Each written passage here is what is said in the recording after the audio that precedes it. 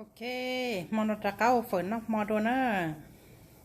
tứ mu chó cua tứ mầm bầu nè, món nó ở phở canh bùa ok, lên thì nhớ gì tôn thọ cũng nó nè, lên thì nhớ gì chị tôn thọ cũng nó tứ mầm bầu nè, ok, thì nhớ gì tôi chụp như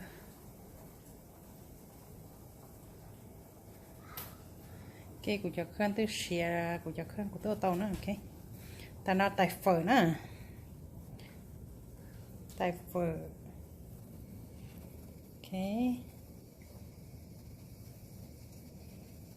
tại chút lò nè lò thế ta nó nhà tàng canh bùa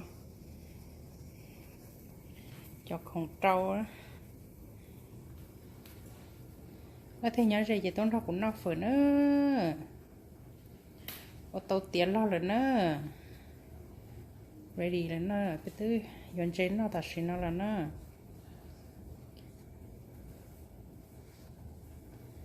cái mình sẽ cụ tài cho nó ok cũng sẽ lấy cụ tài nữa sẽ lấy cụ tài phở thằng nó nữa